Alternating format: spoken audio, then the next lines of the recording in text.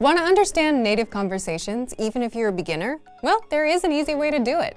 A special conversation breakdown tool you'll find inside our system. What is it? Keep watching. But first, if you don't yet have access to our language learning system, sign up for a free lifetime account right now. Just click the link in the description to get your free lifetime account. Your secret weapon to understanding native conversations. If you're like most beginners, you probably struggle with listening to conversations between native speakers. They speak faster than you're used to. Their words seem to blend in together, and the slow pronunciation that you get from most vocabulary apps simply doesn't prepare you for the real thing. But at the same time, you'd love to be able to understand them and speak like them. Every learner does. So what do? Well, most learners just leave it as, I'm just not good at listening or speaking. But if you're learning with our system, where you learn from everyday conversations, you get a special tool inside every lesson called the line-by-line dialogue.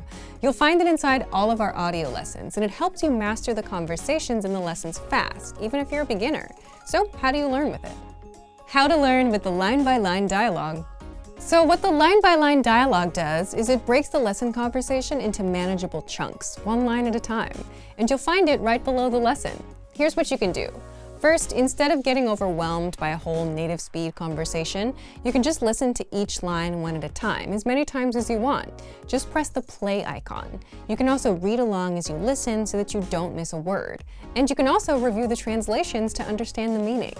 Next, you can also practice speaking by recording yourself with the pronunciation practice tool. Just press the microphone icon.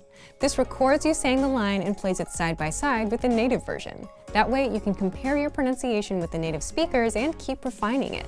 So how does all this help beginners master native conversations? This is an example of a learning method called chunking, where you break something into smaller chunks so you can master it faster. Breaking the conversation down like this helps you catch and understand every word, even at native speed. It's much easier to handle one line at a time.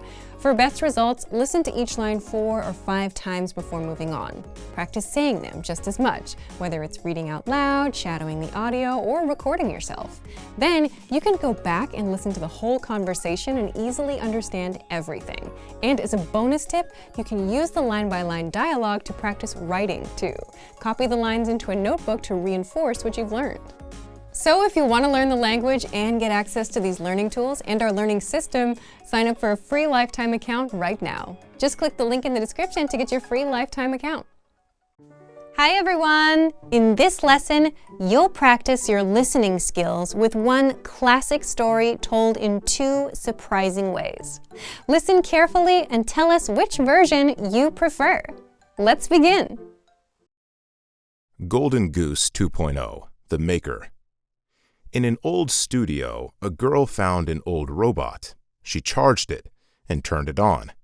It immediately started to work. Each day, it made one golden ceramic goose, hand-shaped, kiln-fired, radiant. People lined up to see them. She placed each goose on a wooden shelf. No 2 were alike. One day, a visitor came with a lot of money. He wanted to buy the design. He said, "We'll 3D print thousands. Everyone gets one." The girl hesitated. Then Mira, quietly watching, said, "When everything is special, nothing is." So the girl declined. She kept going, 1 goose a day. Visitors came for the quiet, the slowness, the hands behind the work. More visitors came. The town grew. Years later, the robot still hummed. 1 goose, 1 day. Always golden, always different.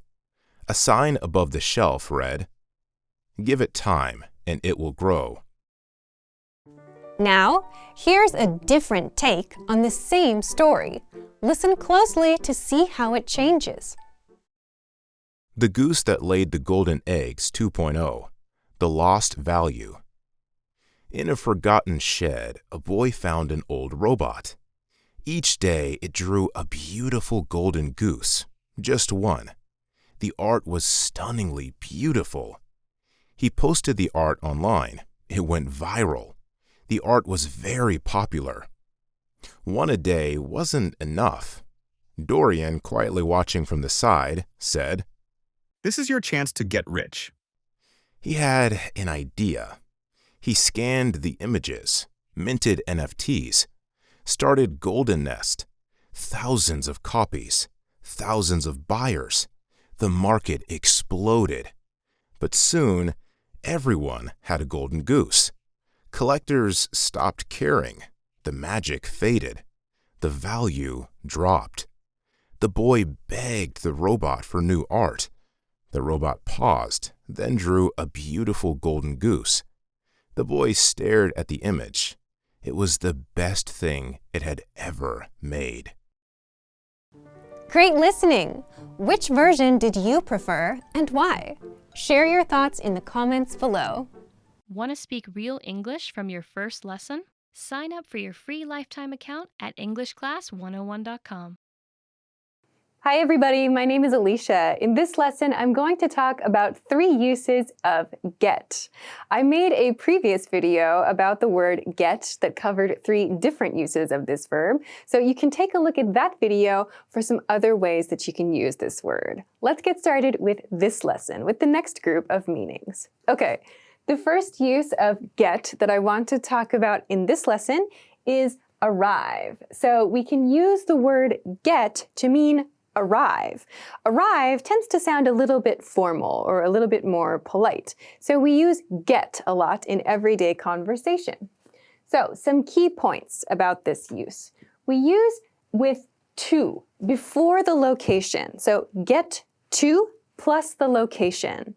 However, there is an exception. There's one situation where we don't follow this rule. We do not use this with get home. So that means we don't say get to home. We always say get home, okay? So we use this to mean arrive. And this sounds much more natural in everyday conversation than arrive. So try to use this get pattern when you're talking about reaching your destination. Let's look at some examples. Okay, first is, I'm going to get to the office at about 5 p.m. I'm going to get to the office at around 5 p.m.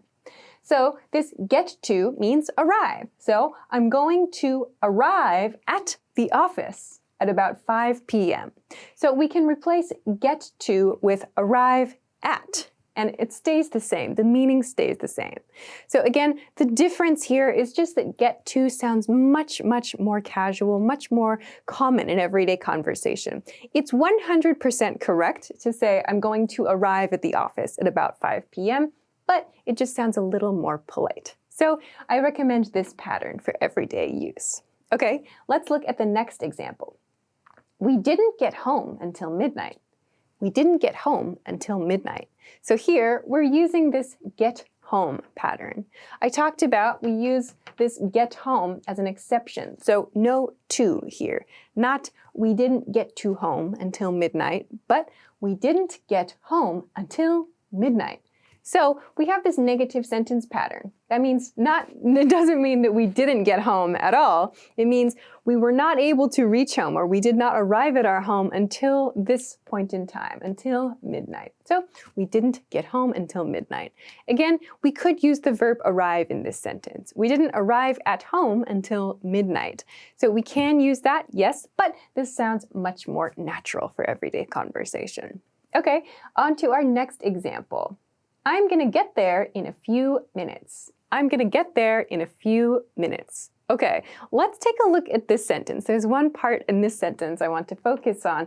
It's this there. So I'm going to get there in a few minutes. So you might notice that I've used there here and no to, right? So remember, when we use the word there, we're not talking about a specific location, like the office or some country, certain country or certain city or something like that. There is kind of a general word we understand from the context, right? So when we talk about traveling to a place and we use the word there, we don't use the preposition to. For example, a common mistake that I see among learners is I have been to there. This is incorrect. We say I have been there. The same rule applies here with get. So I'm going to get there in a few minutes is correct. We cannot say I'm going to get to there. We use to before the specific destination. there is a word that we use in our context. We use it and we understand the meaning from the context. It doesn't refer to a specific place. So we don't use the preposition to in this case either. So I'm going to get there in a few minutes. Again, we could use arrive in this sentence too. I'm going to arrive in a few minutes is also okay. So you can choose which one you prefer. I would definitely recommend get there. I'm going to get there in a few minutes. Okay, last one for this meaning. Past tense here. He got to his hotel in the evening. He got to his hotel in the evening. So this means he arrived at his hotel in the evening. So he got to his hotel in the evening. In this case, we have our preposition to, and we have his hotel. This is our specific location in this case. So past tense, he got to his hotel in the evening. I mentioned earlier using arrive here. So we could use arrive. He arrived at his hotel. Note the preposition is different. He arrived at his hotel or he got to his hotel. So make sure you don't mix up those prepositions. Okay? So this is the first use of get for this lesson. We can use get to mean arrive. Okay, let's take a look at the second use for this lesson. The second use is understand. So we use get a lot to mean to understand or to comprehend something. Okay? So first point, this is much more casual than understand. When we use get to mean understand, it's much more casual. It's much more common in everyday communication. So this is the one that's going to make you sound much more natural. If you're talking to someone about something new you're learning, instead of saying, I understand, use one of these expressions, like I get something, okay? So let's take a look at some common expressions that use this form of get. The first one is a negative one. Very, very good to know this sentence. It is very useful. It is, I don't get it. I don't get it. This means I don't understand it. I don't understand it. So it is the situation or the topic at the moment. I don't get it. So this is a very quick, very easy way to say I don't understand, and it sounds more casual. Using I don't understand tends to sound a little bit too formal when you're talking with your friends, but this one sounds very, very natural. So when you're confused about something or everyone is laughing and you don't know why, you can say, I don't get it. I don't get it. So that means I don't understand. So please explain something to me. This is a great sentence to know. Okay, the next one. Do you get what I mean? Do you get what I mean? So this is a question someone can use to clarify, to check the other person's understanding. So here, get, again, means understand. Do you understand what I mean? Do you understand what I am trying to say? So you're checking the other person's understanding. Of course, using understand here again is okay to use, but this sounds much more friendly. So if, for example, you're teaching your coworker how to do something new and you want to check and make sure they're okay, you can say, do you get what I mean? Or do you get it as well? You can use this part here, just do you get it, to check their understanding. So this is another good one to use.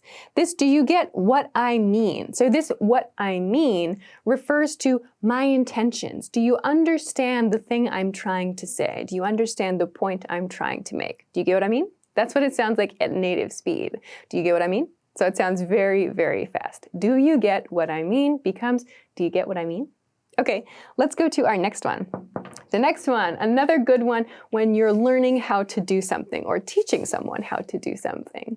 Don't worry if you don't get it right away. Don't worry if you don't get it right away. So I could use this in a lesson, for example. Don't worry if you don't get it right away. So this means if you don't understand the information immediately, right away, right now, that's okay. So don't worry. This is like saying it's okay to take some time to practice, right? It's okay to learn the information, to study the information a few times and then be able to use it. So don't worry if you don't understand right away is what this means. But we use this get it. It's much more efficient and it sounds much more friendly. So don't worry if you don't get it right away. So this is a very, very common expression that you can use when you're teaching someone else how to do something. Okay, let's look at another example. The next one is super, super common. I get it. I get it. You can use this when you learn something new, when you understand a joke, when you just kind of realize something, finally, after struggling for some time. And a lot of the time, people will make this I sound very long, like, I get it. I get it. So you'll use this one, I get it. Interestingly, in this kind of present tense, yeah, I get it means I understand. You might hear people say, yeah, I got it, to confirm something after something has been taught. So for example, if someone teaches you how to do something and they say, are you okay? Do you understand? You might say, yeah, I got it, which means I'm okay, I have it, it's okay for me. So you might hear this used in past tense as well, but we often, in that moment when we understand, use this in present tense, or the infinitive verb form here. I get it. Oh, I get it now means I understand now. So this is a really, really good one to use. It's a quick, short phrase that expresses you understand. So, oh, I get it. You can use it with a joke too. I get it. So that means I understood your joke, right? Okay, let's look at the last one. I just used this expression. He didn't get the joke. He didn't get the joke. This means he didn't understand the joke. So we use this verb a lot when we're talking about jokes and humor. So when someone understands a joke, we say, he got the joke. He understood the joke. When someone doesn't understand the joke, we use an expression like this. He didn't get the joke. Or in my case, I could say, I didn't get the joke. So I didn't understand the joke, or he didn't understand the joke. We use this verb a lot when we're talking about humor and jokes and these kinds of funny things. So if you want to express that someone didn't understand the joke, you can use this. Oh, he didn't get the joke, did he? So you can use this one to talk about these humorous situations. Okay? So this is how we use the verb get to mean understand. Again, this I don't get it and I get it are super, super helpful and very, very common expressions that you can use to express your understanding, or of course, when you don't understand something. Okay, great. So let's talk now about the last meaning for this lesson. Number 3 is have an opportunity. So we use the verb get to refer to our opportunities, our life and professional opportunities. So we use this one to express a positive or an exciting experience. So when we use get in this way, we're talking about something we're really excited about, or something good, or something that maybe is a good chance for us. So we're usually communicating something happy or something positive when we use this get. Second, we use this with to plus the infinitive form of the verb. So to plus the base form of the verb. So we'll see some examples here. Okay, so let's take a look at our first example. Past tense. I got to ride in a helicopter last weekend.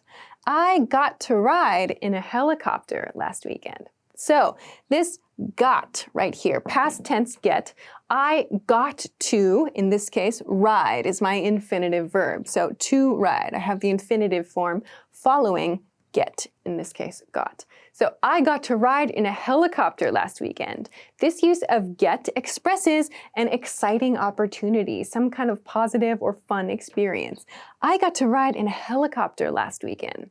So you might think, well, what's the difference between I rode in a helicopter last weekend and I got to ride in a helicopter last weekend?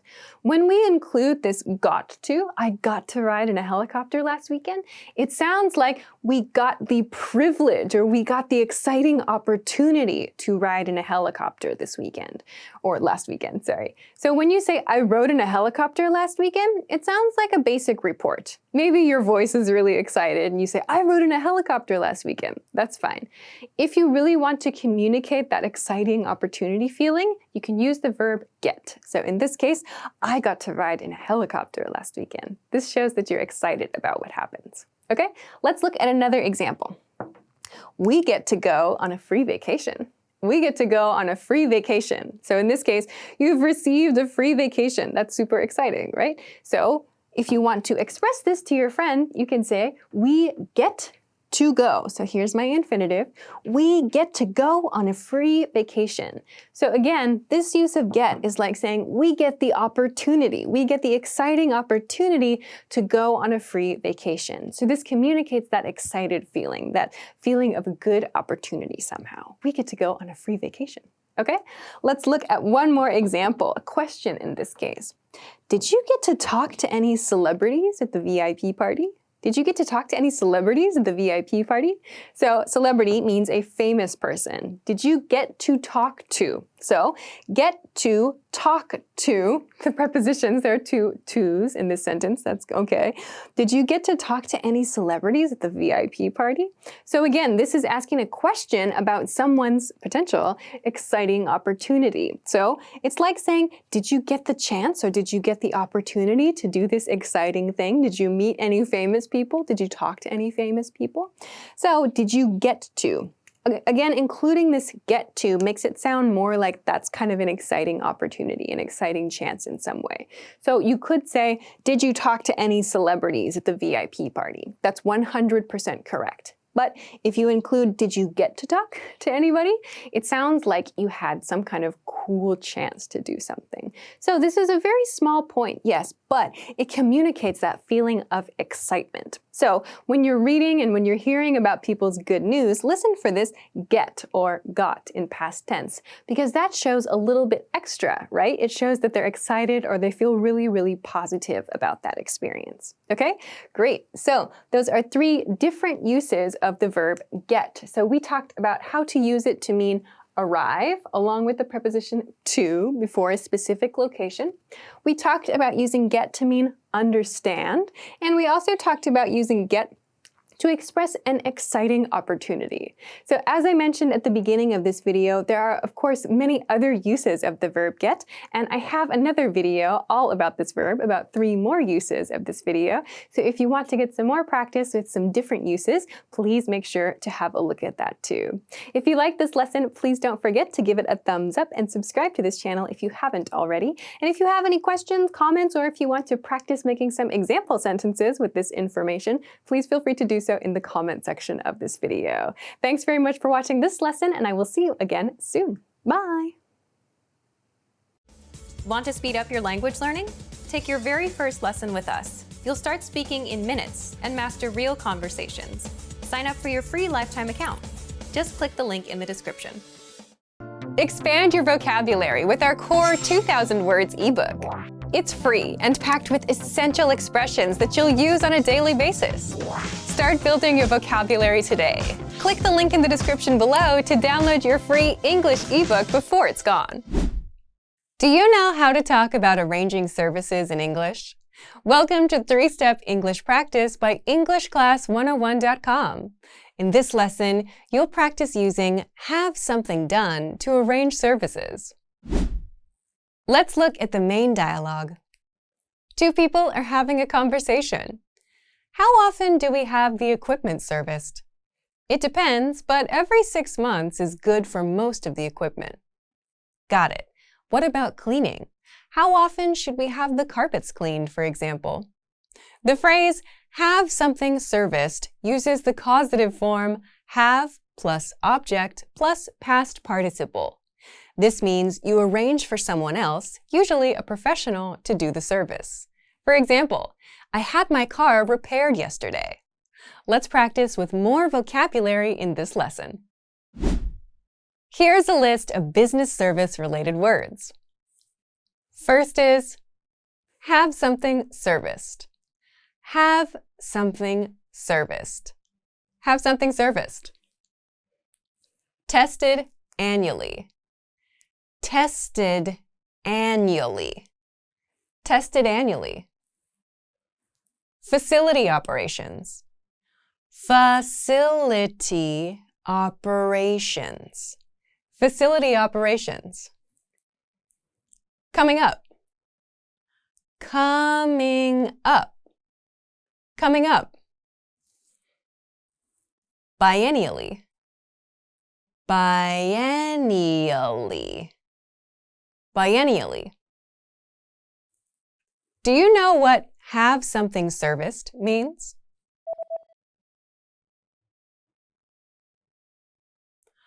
maintained or repaired by a professional. How about tested annually?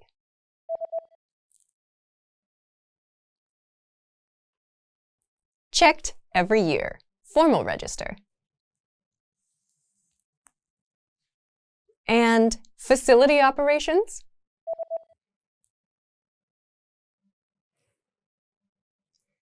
Day-to-day management of a workplace or building. And what about coming up? Happening soon, approaching in time. And biennially. Once every 2 years.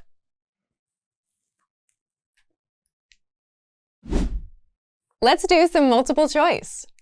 Circle the correct answer. The town has a biennial festival. What does the underlined section of the sentence mean?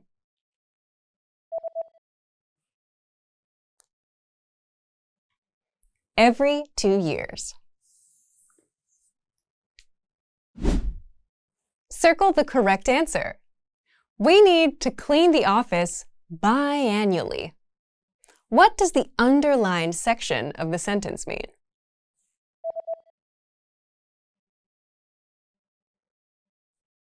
Twice a year. Choose the best answer to complete the sentence. Ready? What are they saying? We have a big review coming up. It will be happening. We have a big review coming up. It will be happening.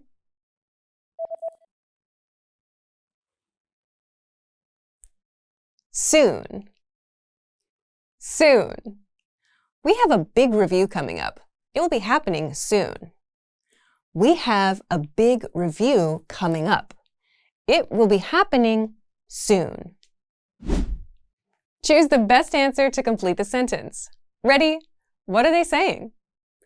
Facility operations will halt over the holiday. The will shut down. Facility operations will halt over the holiday. The will shut down.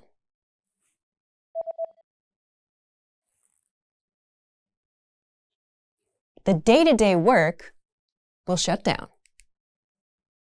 The day-to-day work will shut down. Facility operations will halt over the holiday. The day-to-day work will shut down.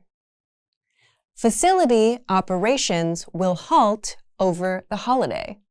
The day-to-day work will shut down. Let's do some true or false questions now.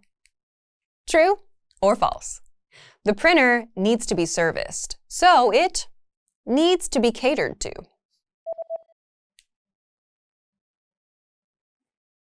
False. The printer needs to be serviced, so it needs to be maintained or repaired. The printer needs to be serviced, so it needs to be maintained or repaired. One more. True or false? Security needs to be tested annually, so it needs to be checked every year. True. Security needs to be tested annually, so it needs to be checked every year. Listen as I speak. What is the meaning of the key phrase in each sentence?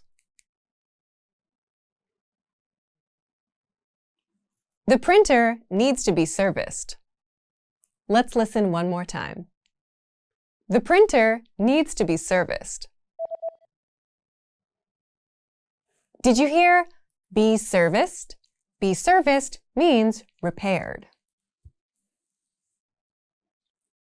How about security needs to be tested annually? Let's listen one more time.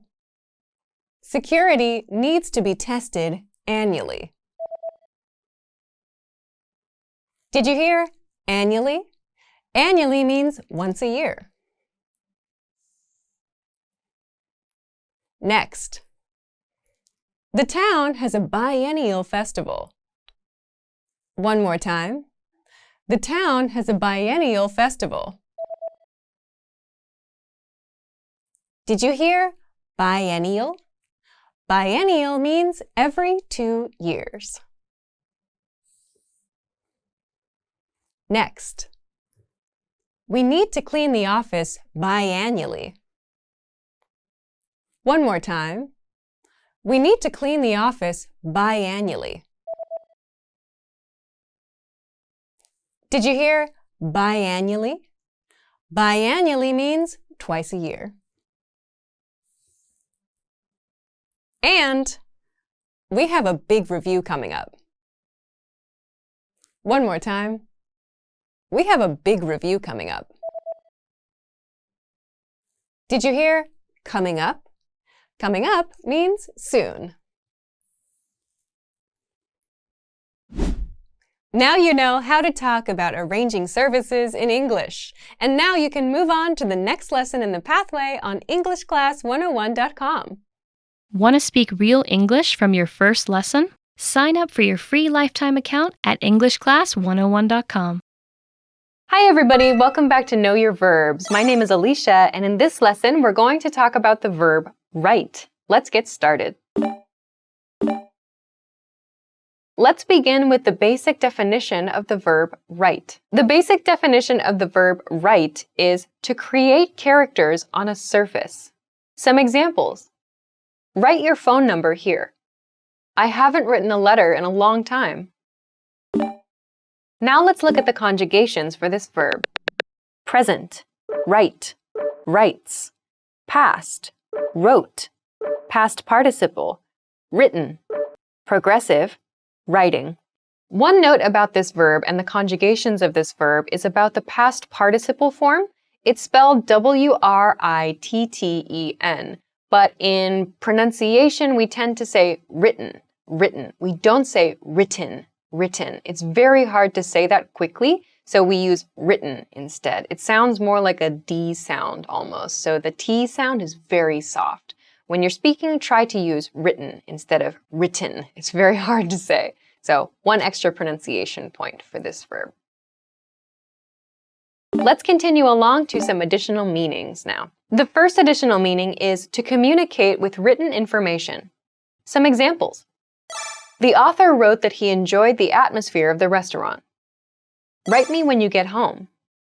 So we use the verb write here to just mean communicate with me in a letter form or in written form. So while you might not see a sentence like this, write me when you get home, you might not see this so much in modern English. This is the reason why this verb might be chosen. You might, however, see or hear this in movies or in TV shows that are set in times before the internet, before communication. So if characters say like, please write me when you arrive, that's what this means.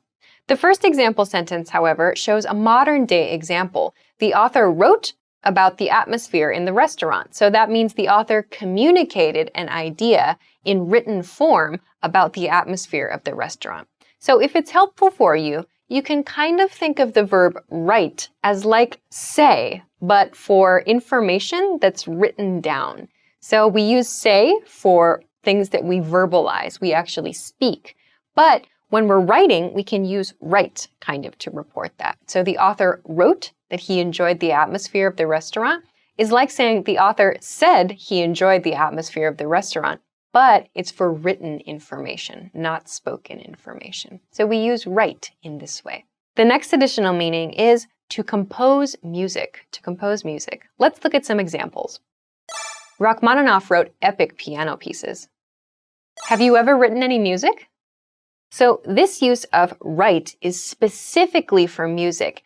We might use the verb make music, but that tends to mean actually creating sound.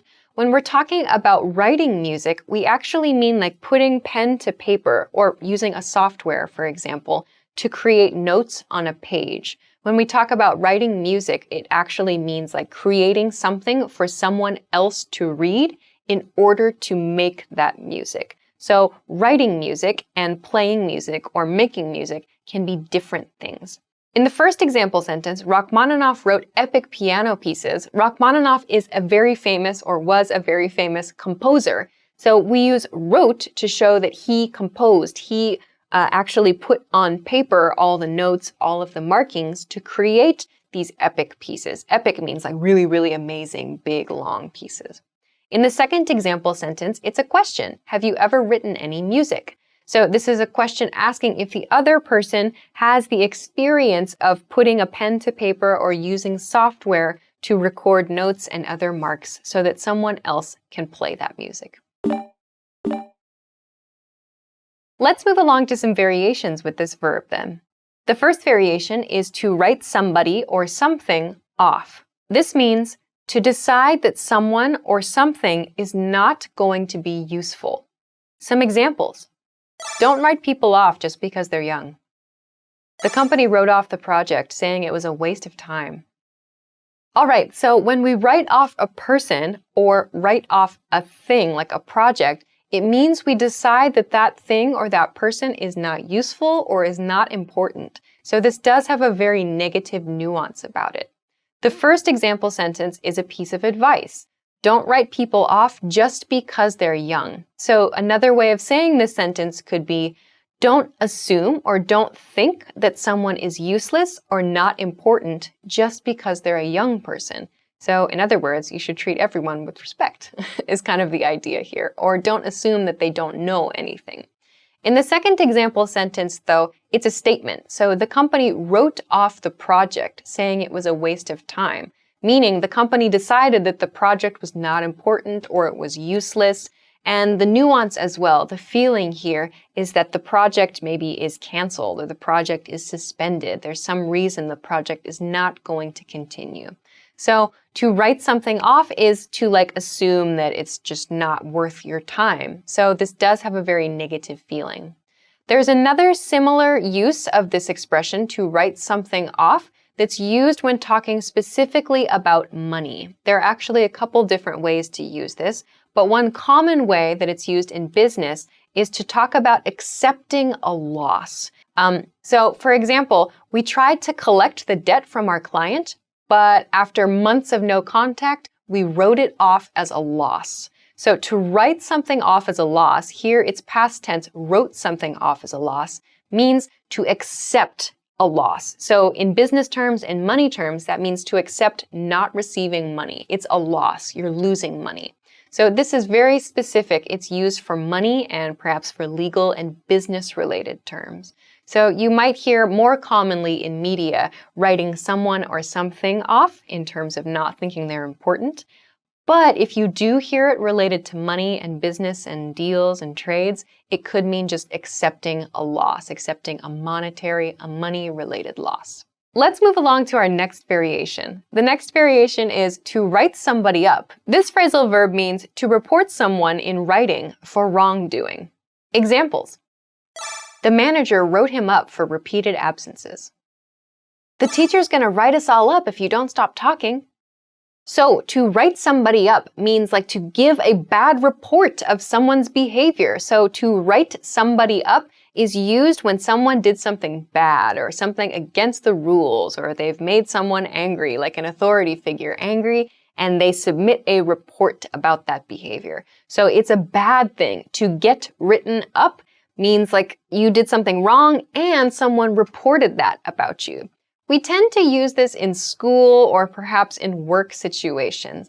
We don't use this so much in legal situations. It could be used for legal situations, but I think in those cases we would probably just use report, to file a report, for example, or to make a report about someone. To get written up sounds like there's some kind of trouble, like a school-related problem, for example. But we probably wouldn't use this in serious situations, serious wrongdoing. It's used more for minor, kind of internal organization-related offenses.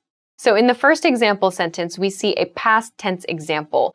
The manager wrote him up for repeated absences. So in this case, an employee repeatedly missed work. Repeated absences, and absence means missing work. So the manager wrote him up for repeated absences. Another way to say that is he got written up for repeated absences. So you can change the subject of your sentence a little bit too.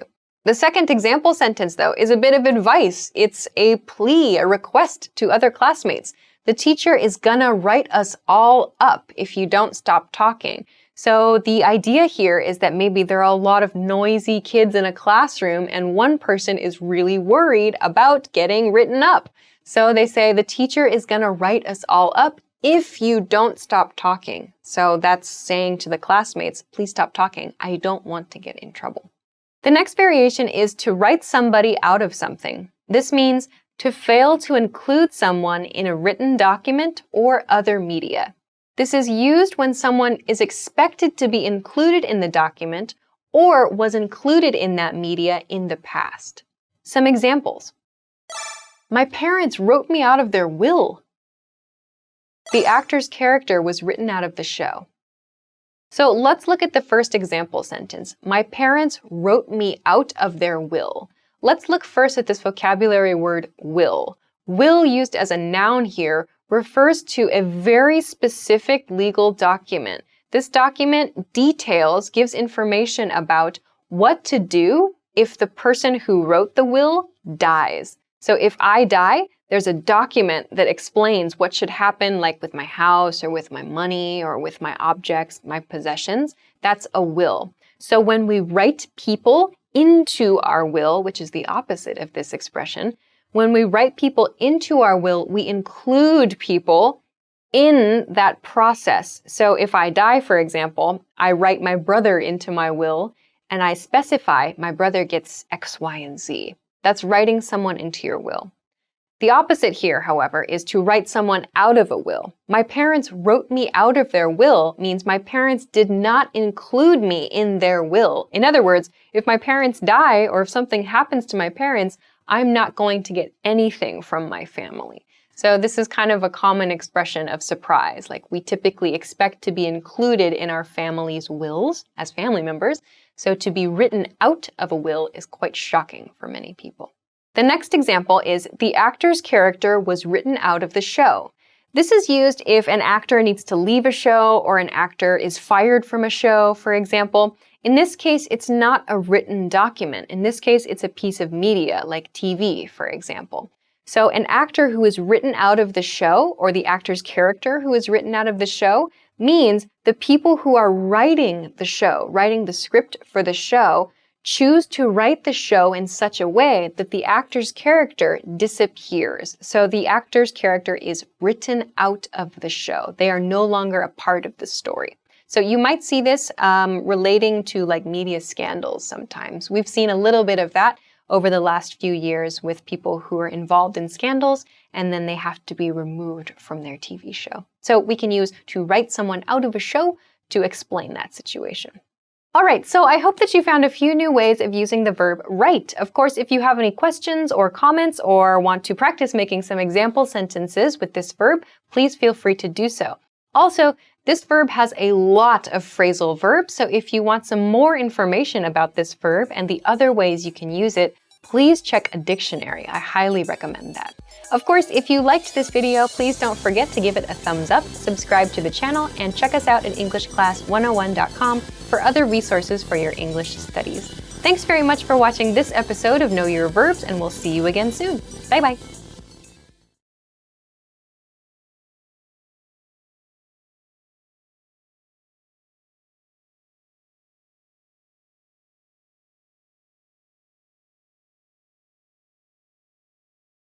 Want to speed up your language learning?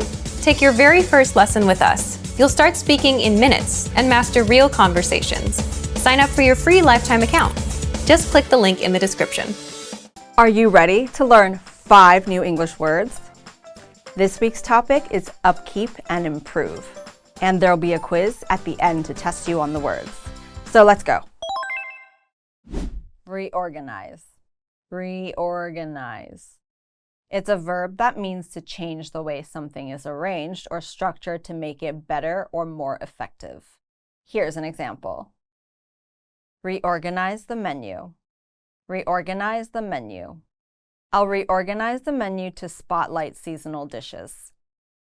I'll reorganize the menu to spotlight seasonal dishes.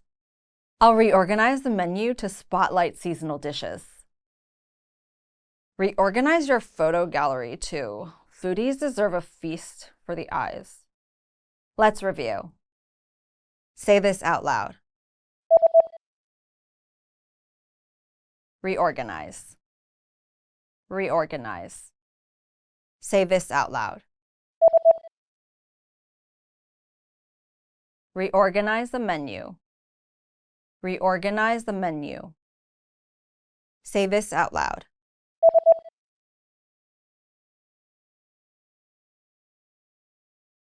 I'll reorganize the menu to spotlight seasonal dishes.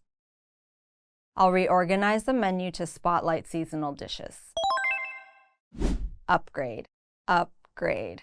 It's a verb that means to make something better or more modern. Here's an example. Upgrade my oven. Upgrade my oven. I want to upgrade my oven for perfect croissants. I want to upgrade my oven for perfect croissants. I want to upgrade my oven for perfect croissants.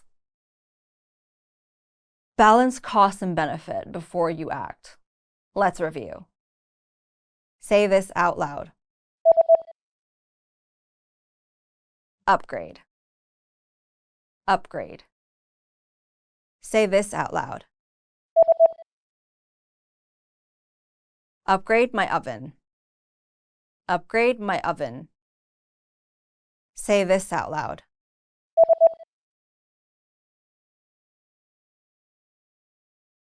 I want to upgrade my oven for perfect croissants. I want to upgrade my oven for perfect croissants. Guarantee. Guarantee. It's a verb that means to promise that something will happen or be true. Here's an example. Guarantee this Moroccan roast fits. Guarantee this Moroccan roast fits. I guarantee this roast fits into your lifestyle. I guarantee this roast fits into your lifestyle. I guarantee this Moroccan roast fits into your hectic London lifestyle. You guarantee it's ready before my next Zoom call? Let's review. Say this out loud. Guarantee. Guarantee. Say this out loud. Guarantee this Moroccan roast fits. Guarantee this Moroccan roast fits. Say this out loud.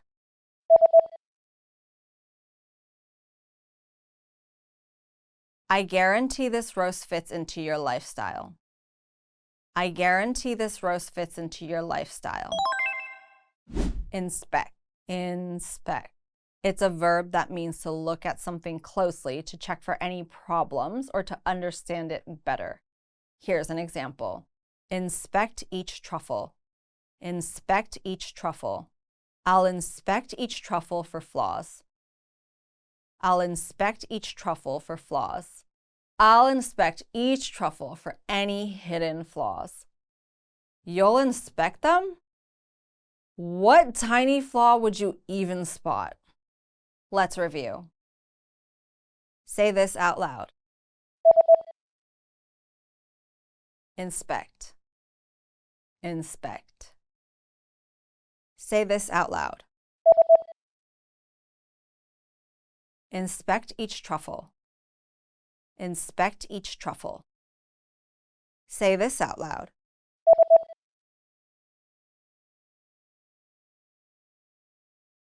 I'll inspect each truffle for flaws. I'll inspect each truffle for flaws. Maintain. Maintain.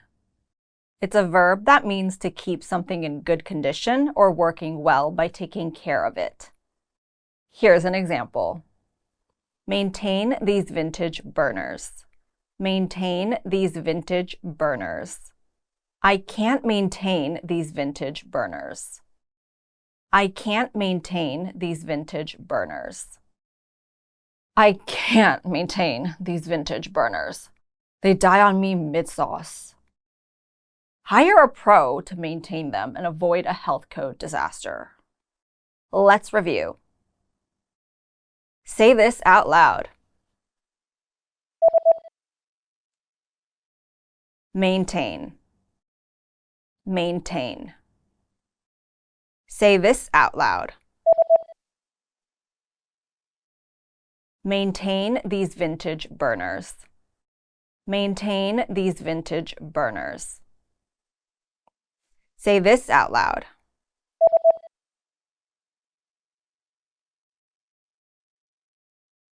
I can't maintain these vintage burners.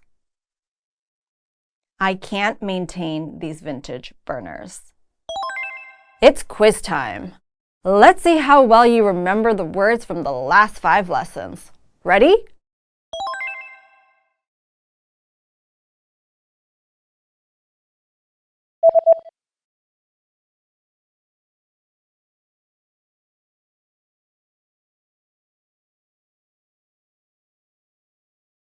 Reorganize.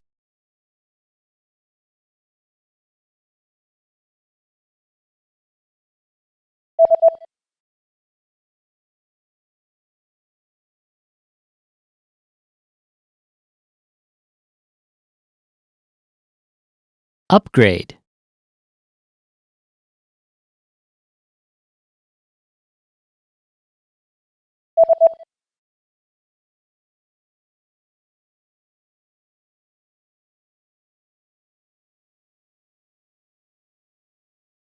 Guarantee.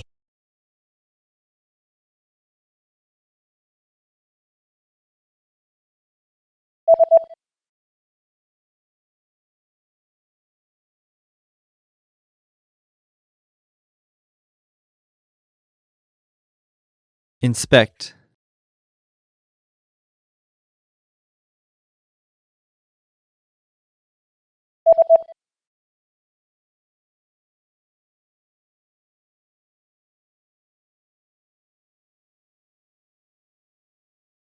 Maintain. Great job! Follow English Class 101 for more English lessons. Access your free language gifts right now before they expire. First, the Using Transportation Conversation PDF cheat sheet. This new cheat sheet teaches you must-know words and phrases like where can I buy a ticket, how much is the train pass, and much more. Second, do you know how to say Christmas in your target language? With this 1-minute lesson, you'll learn must-know Christmas words like chimney, present, and Santa Claus. Third, want a bonus writing workbook for this winter? No other language app will give you free bonus resources, but we will. You'll master all the winter words and phrases with this free writing workbook. Fourth, how to talk about holiday gifts. What gift do you want the most this holiday season? With this quick vocab lesson, you'll learn common gift vocabulary like laptop, camera, money, and more. And fifth, tired of apps that only teach you random words? Want an app that teaches you the language through everyday conversations? With innovative language learning, you're exposed to real conversations between real native speakers. And then you get everything slowed down and explained so you can learn the language fast. Download it for free on Android, iPhone, and iPad. To get your free gifts of the month, click the link in the description below and download them now before they expire. Great work! Here's a reward. Speed up your language learning with our PDF lessons. Get all of our best PDF cheat sheets and ebooks for free. Just click the link in the description.